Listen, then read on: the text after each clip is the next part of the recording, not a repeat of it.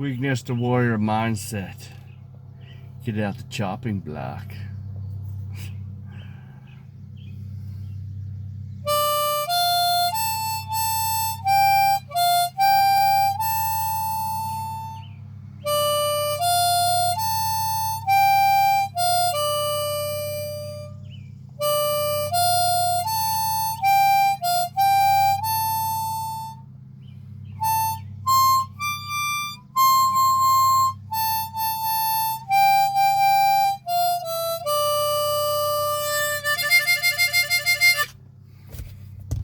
Maybe I didn't butcher it, but let's go for a walk and have a chat. Today, this topic is, I'm going to say it, and if it offends some people, I don't give a fuck. Obesity is a mental illness. That's right, I said it. If you're overweight, you have an illness, and it's mental. Not only mental, you have a health issue. Why do I say that? Because the information is out there in the world. It's on the fucking internet. It's well within your grasp. It's well within your power. But you choose not to do it. Or you think that whatever you're doing and however you're living your life is perfectly fine and perfectly normal. When in actuality, it's not. Like, you have high visceral fat. That's the fat around your organs. Okay? That shit's bad for you. Not to mention the subcutaneous fat, the stuff that's below the skin, is bad for you. If you can sit down into a booth at a restaurant and your fucking belly touches the frickin' table, you have an issue. If you can't walk up one set of stairs without being out of breath and having to take a rest or a break, you have issues. If you can't control the amount of calories that you put down your frickin' throat, you have some issues. That's why I say it's a mental illness. They say addiction is a mental illness. Well, you're addicted. You're just addicted to food. It's that simple. There's no way to put it. There's no freaking way to sugarcoat it. I mean, I guess if I wrap the truth in a donut, you'd probably fucking take it then. But there's no way to say it. There's no kind way to put it. It's a mental illness. You know, they state and they tell you that fast food is bad for you. They tell you that fucking processed foods are bad for you. Just like warning labels on cigarettes. It says may cause cancer. Surgeon General warns against smoking. Yet people still smoke. I think they should put frickin', warning labels on food. Not that you people are gonna frickin' goddamn read them or even follow them, but at least it puts it out there.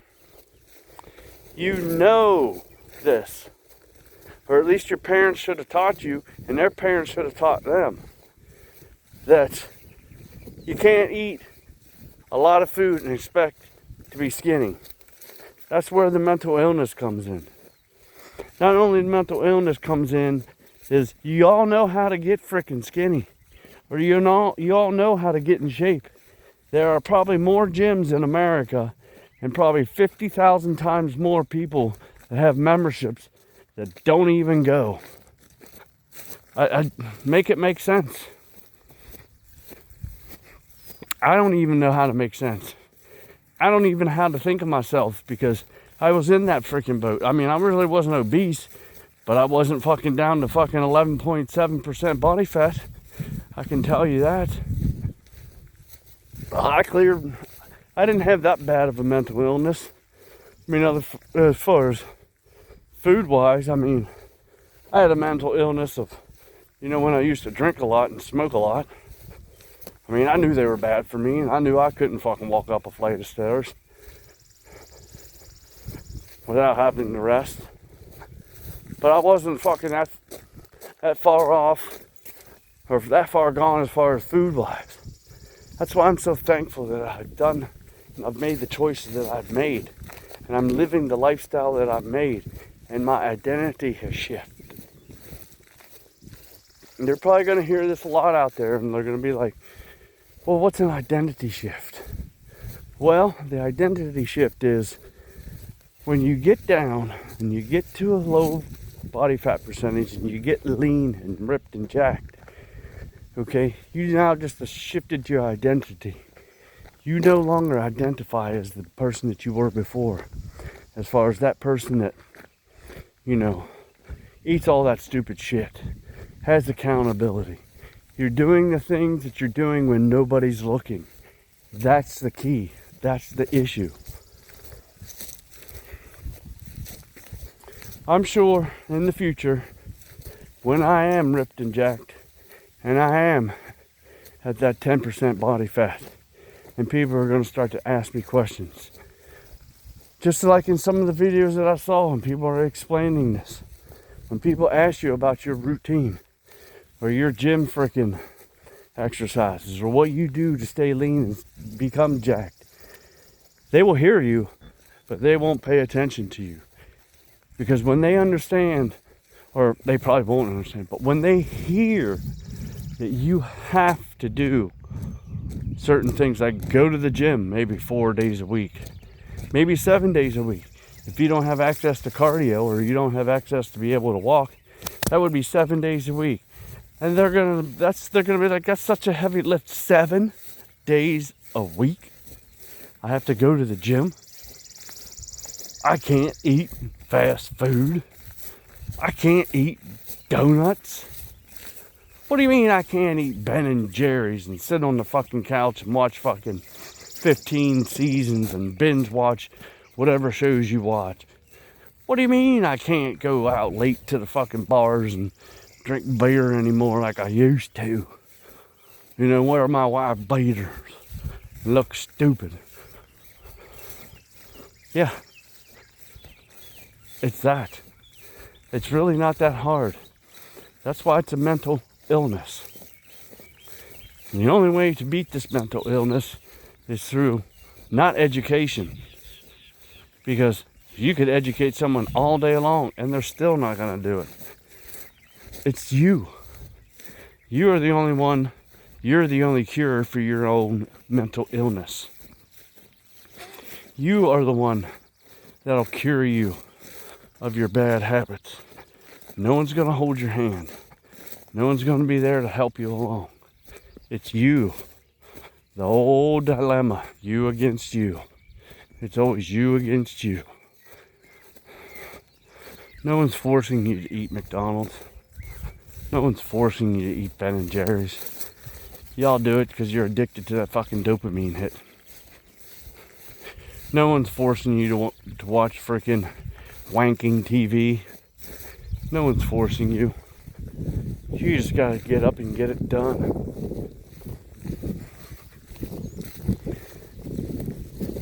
The Ozempics and the GLP-1s, those pills, they just feed into your mental illness. They're not the cure for the mental illness. If you have to take a pill to lose weight, there's seriously something fucked up in your head. Seriously. I don't know how to help you. I can't do it for you. I mean, at what point do you need to realize that each day that goes by, that spoonful of dirt to your grave, spoonful here, spoonful there, soon enough you'll be sleeping in that dirt. You'll be covered in that dirt. I mean, you owe it to your freaking kids. You owe it to yourself. Like, you want all these these superheroes that you look up to. Some of you that watch anime, that you might have a superhero fetish or whatever. Like you might like Goku and you might like Vegeta. Did any of those take any fucking pills other than sensu beans? No. If you watch the whole arc of when Goku was a child and when he turned into adult, what was he doing the entire time? He was eating whole foods. He was always training. Yeah, he could eat like fucking 50,000 calories, but still, that's not the point. And if you also remember how Gohan was freaking so super jacked and shit, and then he stopped training, what happened to him? He turned into a wimpy little piece of shit. Yeah, I understand. We all don't have a hyperbolic time chamber that we could all go to, and tomorrow you'd be fucking ripped. Even if you could, you wouldn't anyways, because it takes a year. You'd have to spend a whole year in there. And some of you people can't even last 2 weeks in a freaking gym. So how are you going to last a fucking year in a hyperbolic time chamber? That's where the mental illness is. Y'all believe that all your fucking bad habits and all your freaking 6, 7, 10 years of fucking fat accumulation can be taken away with a pill or within 6 weeks. That's the mental illness, and that's where the mental freaking disconnect is. You're gonna find out that it's gonna probably take you 6 months to a year to get into, some shape. Whatever shape that may be. And it all depends on how far along you are. Hey, maybe you're only fucking 25% body fat. Hey, you got a great fucking starting point versus someone that's 50. You're leagues ahead of them. I was at least 26, 20, maybe 28%.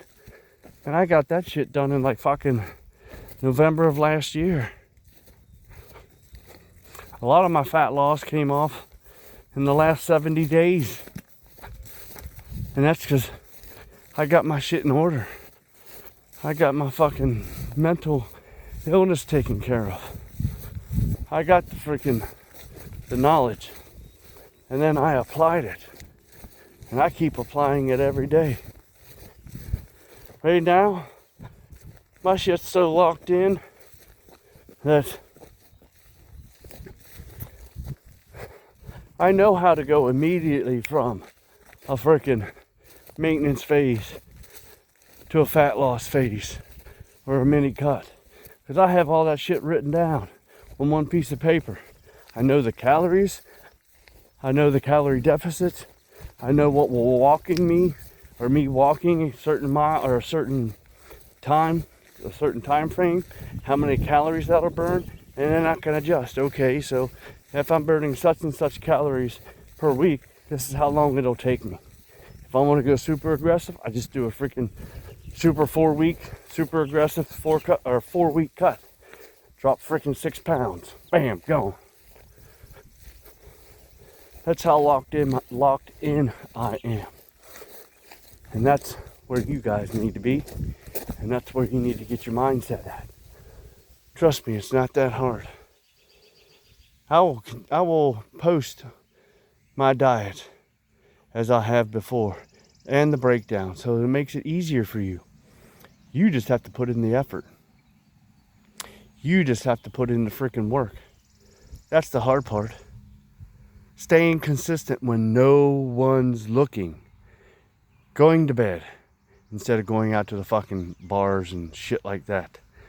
Me, I don't want to stay up till 10 on Saturday, but I will adjust my shit properly.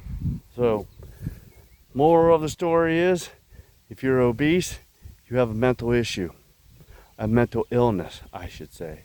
You're mentally ill. And the only way to cure that mental illness is to go from weakness to warrior mindset. Ta-da!